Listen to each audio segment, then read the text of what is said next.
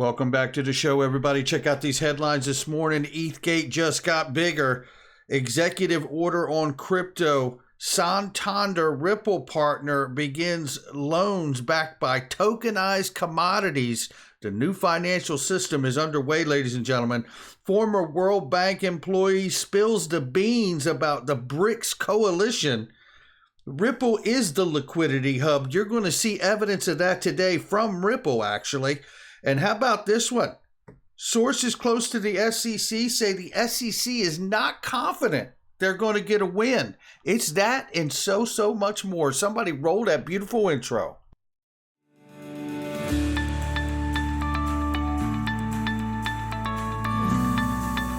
Digital Perspectives with Brad Kimes. Come on in.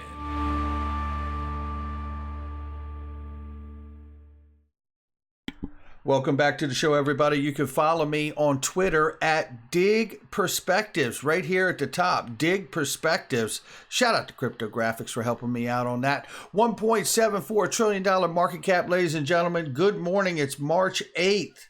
2022. Let's get into this right now. 1%, a little bit above on the crypto space.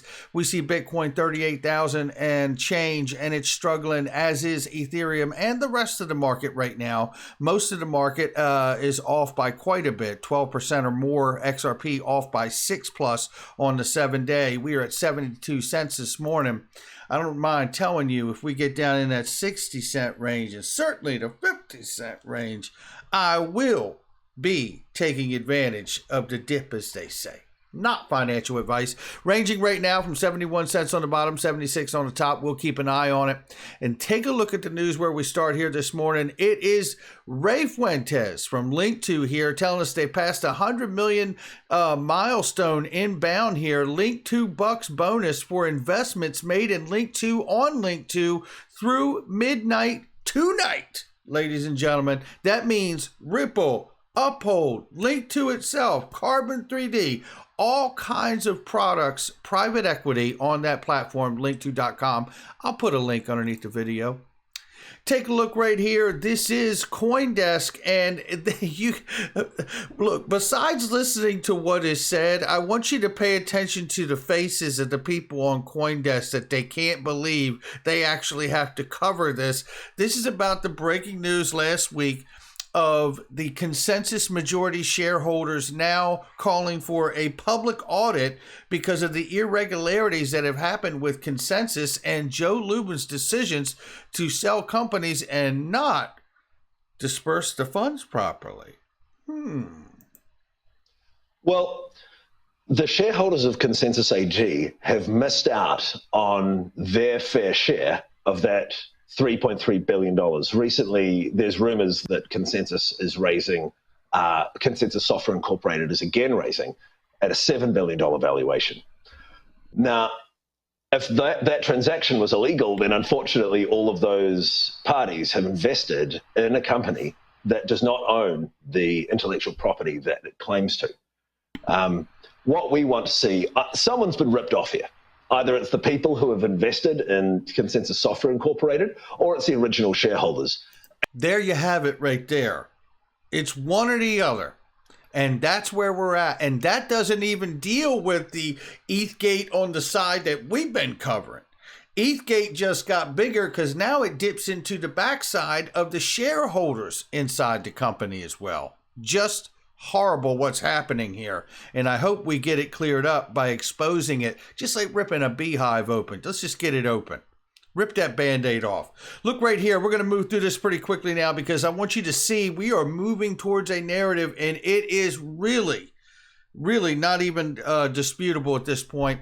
U.S. Treasury Department is warning U.S. banks and financial institutions to be on high alert for sanction evasion, including via cryptocurrency transactions. Well, it ain't all. We see here that Russia, citing TV report, that they are now signing a new law with Putin here that allows him to seize the bank deposits of Russians. Hello, be your own bank. Yeah. Glint Pay. Yeah, got my money on the card. I can avoid the banking system here. Let me see what's going on with this page. 1 second here. There we go. So the long-awaited Biden executive order on cryptocurrencies outlining the admin's view of digital assets and directing further study of economic, regulatory, and national security issues is finally expected to be signed by the president this week. You know, I did a great sit-down interview conversation with Linda P. Jones, and it was a fantastic conversation. Shout out to you, Linda, for taking the time to sit down with me. But I tell you, you know, this is all coming to a head here, and this is really much bigger than just crypto. I know that the executive order is going to be signed this week. They're saying it. We thought we were going to get it last week. But if they get this done, what it's going to do is be a directive. Shout out to Spencer H. Him and I had a great conversation about this last night. And it really is going to, you know, send the proper agencies out to do the work that they need to get the framework really, I think, designed. And then we're going to have some congressional input afterwards. But I digress. Let's take a look at this because it's not just in the U.S. that we're seeing motion here. I want to very quickly give you this because we know that the European Union basically struck out the idea of proof of work because they were talking about banning it, but they took that part of the verbiage out of the bill or the proposed regulations, and basically now they're focused on offers to the public of asset reference tokens. We're talking about stable coins here. And it's a big deal that we're talking about stable coins here because stable coins can take up many different forms here. As Linda says here, not long after our conversation talking about collateralizing the ledger, the XRP ledger for price, Santander, which is a Ripple partner, says that they are launching loans in Argentina collateralized with tokenized commodities. Stay with me through this because I'm going to land a plane. Basically, what Santander is doing is they're tokenizing the agriculture industry, the commodities of agriculture, soybeans, corn, wheat, you name it. This is what they're doing. Now, I went into the white paper itself, and it does say Aggro Tokens uses ERC-20 standardized protocol on the Ethereum network for creation of its tokens. Well, first of all, you and I both know that the foundational layer of the Ethereum network cost a fortune. So let's hope that they've got some kind of layer 2 solution that they're using that allows them not to get hit with those fees. Otherwise, this is not going to go very far, right? However, I do want to remind everybody that there are federated side chains developed that can make the Ethereum network interoperable with the XRP ledger to help avoid this kind of pain point here. As well as another point that we're going to make, because think about it.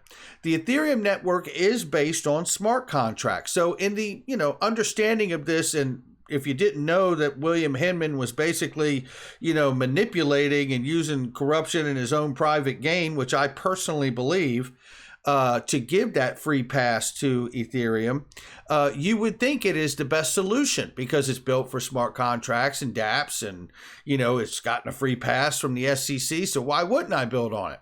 But let's stay with me here. The basic model of central bank digital currencies would run on Ripple is a federated sidechain where a private company or a private copy of Ripple's ledger is the CBDC doing its own thing, but would exist on the largest ledger to allow interoperability. That's what I see here. Franklin Knoll really nails it. I see the same thing with CBDCs as I see with tokenized commodities. Whether it's oil, gold, or soybean, wheat, or corn, it doesn't matter. It's all going to be interoperable at the end of the day because of federated side chains, giving the interoperability to the ledger. Don't believe me? Hang in there. Ripple's going to prove it too. But let's talk about the impact globally of what's really going on here. I want you to hear from this lady who used to work at the World Bank and was fired for exposing corruption. Take a quick listen. But I had been warning the... Well, so they were shocked about that. No, actually, Senator Lugar was fabulous. He wrote 3 letters to the World Bank saying, don't fire this lady. And the Senate Committee on Foreign Relations at that time was chaired by Joe Biden, and there were 2 senators on there, our friends Hillary and Barack. Yeah. So, and those people were really concerned about the corruption inside the World Bank. That is until, the revolving door. And then the power behind the throne, which is also the power behind the presidency and the executive branch of the federal government, they're the ones that are really trying to run the show. But, all good things have to come to an end. And that's why the BRIC countries, Brazil, Russia, India, China, and South Africa, they've read the Riot Act to the World Bank. They said, we don't want these big boys, and I can tell you exactly who they are because of a very good study. Anyway, the BRICS said to these big boys, if you guys aren't going to play by the rules, we're out of here. We're losing patience with you. And that's exactly what we're talking about and what I'm showing you in this diagram. It is from the BRICS Business Council. We know that they built their own financial system to get the workaround around SWIFT. What she's talking about is the manipulation of SWIFT and SWIFT sanctions to keep the dollar as the global reserve currency and to punish other countries. Now, we can debate all day whether those things are right or wrong, but that isn't the point. The point is that they're fed up, and we know that they have another system. So that could lead to a U.S. dollar will collapse. There will no longer be a petrodollar. We will be moving to a gold standard globally. The U.S. will be decoupled as dominant dollar. There will be a crash, but won't be a depression, says Drewski. XRP will be the digital intermediary for precious metal-backed fiat, I believe, of all things, ultimately, and certainly shored up by gold, because what do we understand? I'll tell you what we understand, that every time there has been a currency reset or any kind of currency change, it's always been based on gold. That's what history tells us. But I certainly believe we need to think broader, just as Santander is doing, even though they're building the Aggro token on an ERC20 Ethereum network. That smart contract network is going to need to be interoperable with what? Well, I'm going to tell you in just a second, because it's not going to be just Ethereum. Count on it.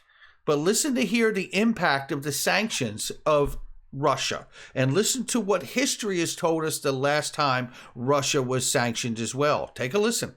Fiasco. A lot of people, if you're under 50, you probably never heard of it. And if you're over 50, you may barely recall it, but I lived through it. I negotiated that bailout. And we were hours away from closing every market in the world.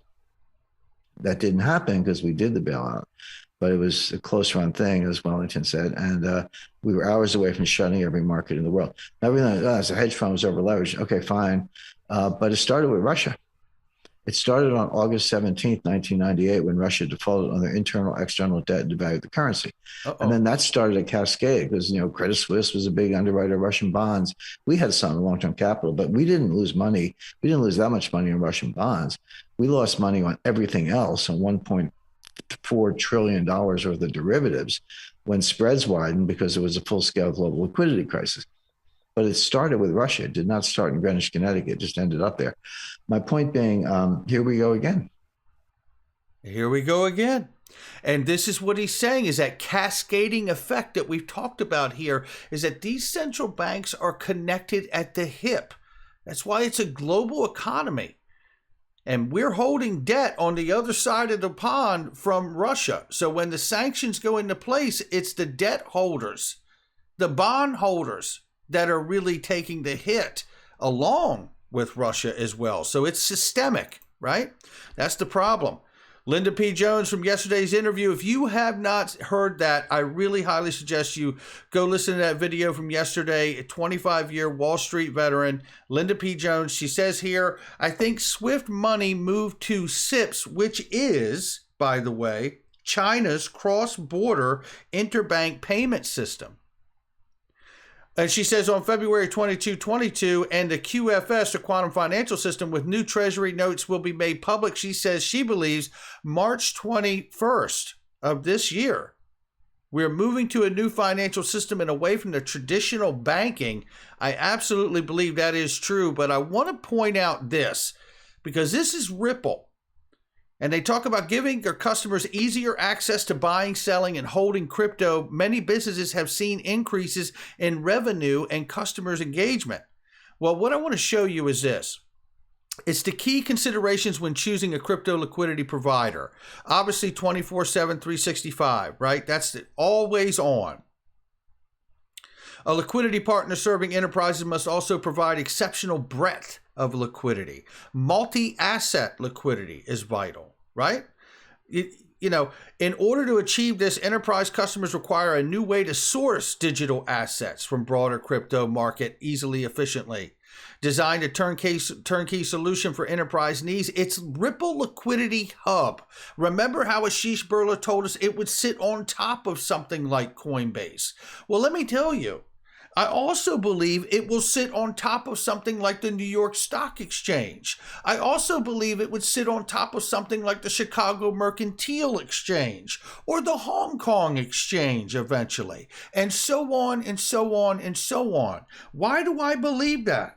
Because the Ripple Liquidity Hub is really set up so everything runs on the ledger, or at least across it, because it is the back-end decentralized exchange for the world. And it becomes the liquidity hub for all the money.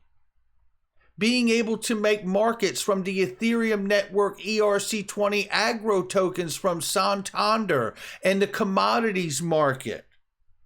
Now, we talked about this, the idea that you could have collateral from all different aspects of industry, whether it be corn, wheat, soybean, that's tokenized, 100% collateralized, and put on the ledger so you can do backed loans. We just had this conversation yesterday about providing a floor price for the XRP ledger because you could put a certain amount of reserves, whether it's oil, gold, any kind of other commodities in the metals or in soft commodities like corn, wheat, and soybeans, right? Dollars, all of it. Certainly gold could be the backbone of that to shore up the system. But think about it. What could be more confident than having something that is a bridge that can settle anything to anything, being as liquid as it needs to be because it's connected to everything in the world to source the best price and the best quantity of whatever it is you're looking for? This is what they're doing. This is where we're going. Don't believe it. It's still true. Take a look here. Did you know the XRP ledger can run offline? Do you remember this? Do you remember when they had this example when they showed how the XRP ledger could actually run offline? Because this is it right here. They do an example where they go through and they show you using the XRP ledger offline. So the point is, if you're going to have the XRP ledger, which is a decentralized exchange for the world, it's going to need to run even if the internet's down. Well, we got that side covered too. Take a look at this. When it comes to the SEC case, people inside the SEC aren't feeling so good these days. The scoop is from Eleanor Tarrant here. Turns out that even staff at the SEC aren't confident they will win the case against Ripple. A source close to the SEC tells me Hester Peirce has expressed privately she thinks the SEC will not get the outcome it's looking for. One thing I do know is that when this case ends, I expect the price of XRP to do something about what like this Elliott wave doing right here. But you know what? We'll have to wait till we get there to see if that happens. But I'm going to be here when it does. That's going to do it for me. Not financial advice from me or anyone else. Check out all the links in the description box in the comment section. Really great products and services we use each and every day. Don't forget, there's a global investor conference coming up in 2 days, March 10th. With Link to Lunch and Learn. Go sign up for it. I'm going to be there. Digital asset investors going to be there. Some other great people are going to be there probably too. Make sure you're there too. I'll see you there. I'll catch you on the next one.